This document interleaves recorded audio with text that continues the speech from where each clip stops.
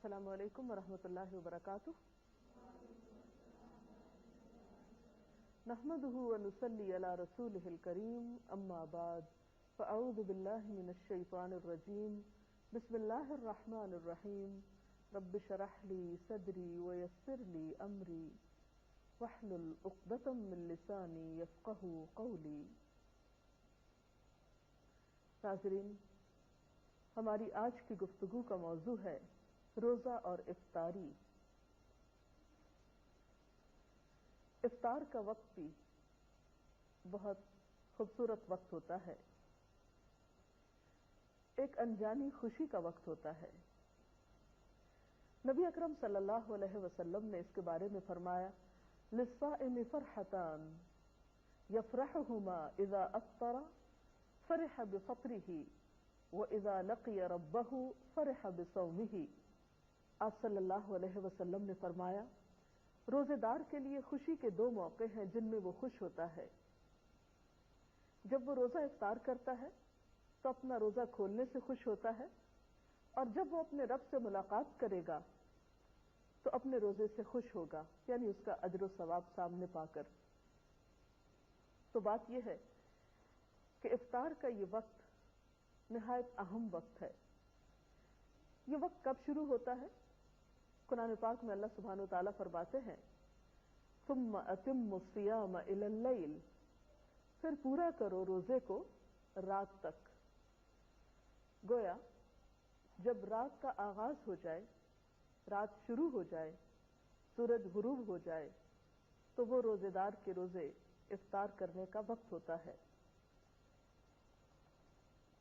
غروب آفتاب روزہ افطار کرنے کی شرط ہے، اس سے پہلے روزہ افطار نہیں کیا جا سکتا. بخاری اور مسلم کی ایک روایت کے مطابق قال رسول اللہ صلی اللہ علیہ وسلم اذا اقبل اللیل من ہاہنا وادبر النہار من ہاہنا وغربت الشمس فقد افطر الصائم. آپ صلی اللہ علیہ وسلم نے فرمایا جب رات آ جائے، دن چلا جائے اور سورج غروب ہو جائے تو روزہ دار روزہ کھول لے. گویا دن کا جانا اور رات کا آنا وہ وقت ہے جب روزہ افطار کیا جاتا ہے. یہ بھی یاد رہے کہ روزہ افطار کرنے میں جلدی کرنا مسنون ہے. گویا سورج کے غروب ہونے کے فوراً بعد روزہ کھول لینا چاہیے. حضرت انس رضی اللہ تعالی عنہ فرماتے ہیں کہ ان النبی صلی اللہ علیہ وسلم لم یکن لیصلی المغرب حتی یفطر ولو علی شربۃ ماء، کہ آپ صلی اللہ علیہ وسلم افطار کیے بغیر مغرب کی نماز نہیں پڑھتے تھے، چاہے ایک گھونٹ پانی سے افطار کرتے. گویا اس سے یہ بھی پتہ چلتا ہے کہ افطار کا وقت مغرب کی نماز سے پہلے کا ہے، یعنی نماز نہیں پڑھنی چاہیے جب تک کہ افطاری نہ کر لی جائے. حضرت سہل بن سعد سے روایت ہے کہ رسول اللہ صلی اللہ علیہ وسلم نے فرمایا لوگ برابر بھلائی پر رہیں گے جب تک کہ روزہ کھولنے میں جلدی کریں گے. جیسا کہ سحری کے بارے میں گفتگو کرتے ہوئے آپ کو بتایا گیا تھا کہ بہت جلدی سحری کرنے کی بنسبت تاخیر سے سحری کرنا لیکن وقت کے اندر زیادہ افضل ہے.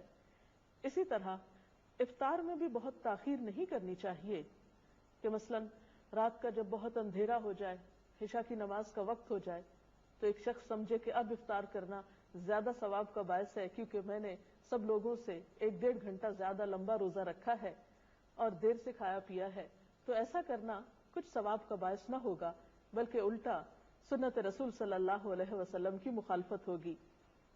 تو آپ نے فرمایا کہ لوگ بھلائی پر رہیں گے جب تک کہ افطار میں جلدی کریں گے، گویا اعتدال میں رہیں گے. تو اس سے یہ پتہ چلتا ہے کہ ہمارا دین ہمیں ہر معاملے میں اعتدال کا سبق دیتا ہے. انتہا پسندی ہمارے دین کا حصہ نہیں ہے. ایک اور حدیث کے مطابق وہ لوگ اللہ کے محبوب بندے ہوتے ہیں جو افطار کرنے میں جلدی کرتے ہیں. عن ابی ہریرہ قال قال رسول اللہ صلی اللہ علیہ وسلم قال اللہ عز وجل احب عبادی الی عاجلہم فطرا، کہ اللہ تعالیٰ فرماتے ہیں مجھے میرے بندوں میں سب سے زیادہ محبوب وہ ہیں جو ان میں سے افطار میں جلدی کرنے والے ہیں۔ گویا اللہ تعالیٰ کی اطاعت کرنے میں دیر نہ کرنا، جب حکم آ جائے تو پھر پس و پیش نہ کرنا اللہ تعالیٰ کو پسند ہے۔ پھر اسی طرح ہم دیکھتے ہیں کہ آپ صلی اللہ علیہ وسلم نے فرمایا، حضرت انس رضی اللہ تعالیٰ عنہ سے روایت ہے، اور آپ جانتے ہیں کہ حضرت انس رضی اللہ تعالیٰ عنہ حضور اکرم صلی اللہ علیہ وسلم کی خدمت میں 10 سال تک رہے۔ وہ کہتے ہیں کہ آپ صلی اللہ علیہ وسلم نماز مغرب سے پہلے تازہ کھجوروں سے روزہ افطار فرماتے، اگر تازہ کھجوریں نہ ہوتی تو خشک کھجوروں سے افطار فرماتے، اگر خشک کھجوریں نہ ہوتی تو چند گھونٹ پانی سے ہی افطار فرما لیتے۔ تو اس سے پتہ چلتا ہے کہ دوسری چیزوں کے نسبت کھجور سے روزہ افطار کرنا آپ کو زیادہ پسند تھا، گویا آپ کی سنت اور آپ کی پسندیدہ چیز کھجور سے روزہ افطار کرنا ہے، اور کھجوروں میں بھی تازہ کھجور۔ لیکن ضروری نہیں کہ ہر شخص کے پاس کھجوریں ہوں، اور یہ بھی ضروری نہیں کہ تازہ کھجوریں ہوں، تو اگر میسر ہو، ممکن ہو تو ایسا کرنا زیادہ بہتر ہے، اور اگر یہ چیز میسر نہ ہو تو اس کے بعد پانی پینا زیادہ بہتر ہے، کیونکہ پانی پاک کرنے والی چیز ہے۔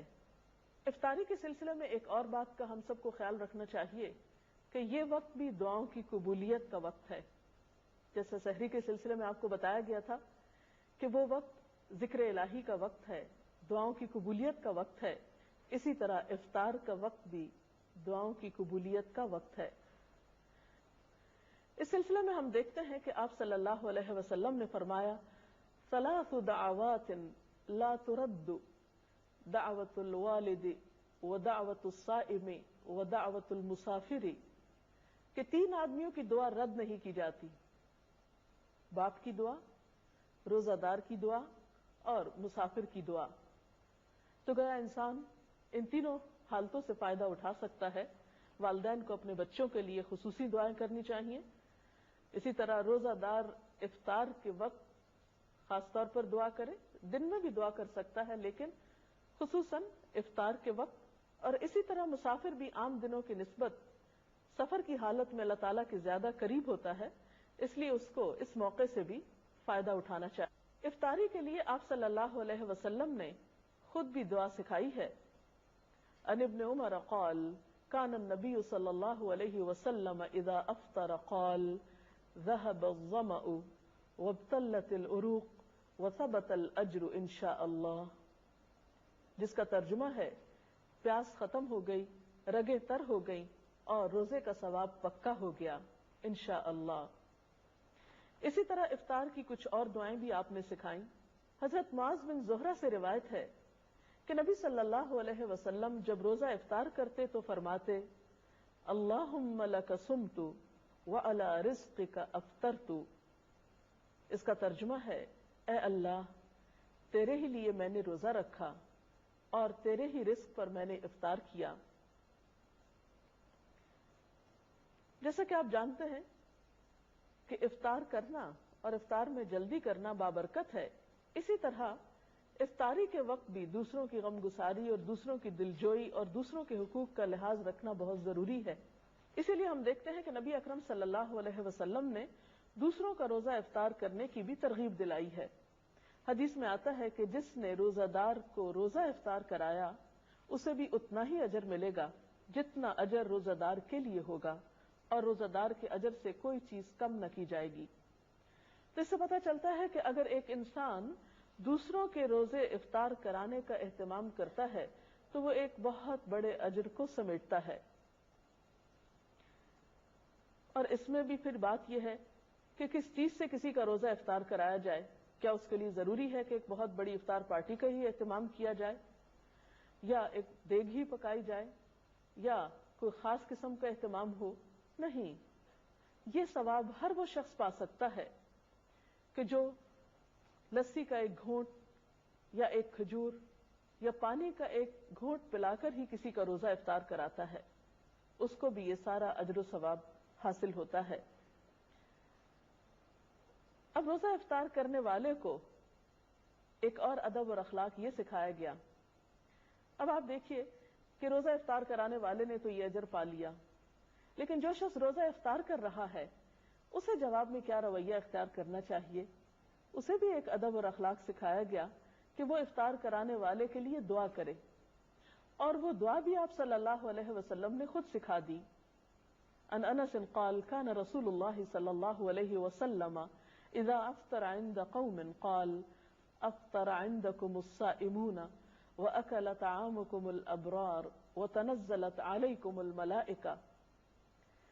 حضرت انس روایت کرتے ہیں کہ نبی صلی اللہ علیہ وسلم جب کسی کے ہاں روزہ افطار فرماتے تو ان کو یہ دعا دیا کرتے تھے، افطر عندکم الصائمون واکل طعامکم الابرار وتنزلت علیکم الملائکہ، جس کا ترجمہ ہے روزہ دار تمہارے ہاں روزہ افطار کرتے رہیں، نیک لوگ تمہارا کھانا کھاتے رہیں اور فرشتے تمہارے ہاں نازل ہوتے رہیں۔ تو گویا اس سے یہ پتہ چلتا ہے کہ اس موقع پر دوسرے کا دل خوش کرنا اور اس کے لیے اچھی اچھی دعائیں کرنا ایک بہترین عمل ہے۔ تو آج کی گفتگو کا خلاصہ یہ ہے کہ روزہ مکمل کر کے افطار کرنا چاہیے، افطار میں جلدی کرنی چاہیے، افطار کے لیے افضل چیز کھجور اور پانی ہے، افطاری کے وقت دعائیں کرنی چاہیے اور مسنون دعا یاد کر لینی چاہیے، اگر یاد نہ ہو تو لکھی ہوئی سامنے رکھ کر پڑھ لینی چاہیے۔ اسی طرح دوسروں کا روزہ افطار کرانے کا بھی اہتمام کرنا چاہیے، لیکن اس معاملے میں بھی اعتدال کی ضرورت ہے۔ ایسا نہ ہو کہ اس اہتمام میں پڑھ کر انسان اپنی مغرب کی نماز بھی کھو دے یا تراویح کے لیے ہمت ہار بیٹھے۔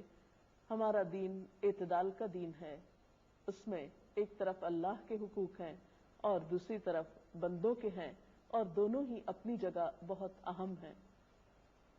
اگر اس سلسلے میں آپ کا کوئی سوال ہو تو آپ کر سکتے ہیں۔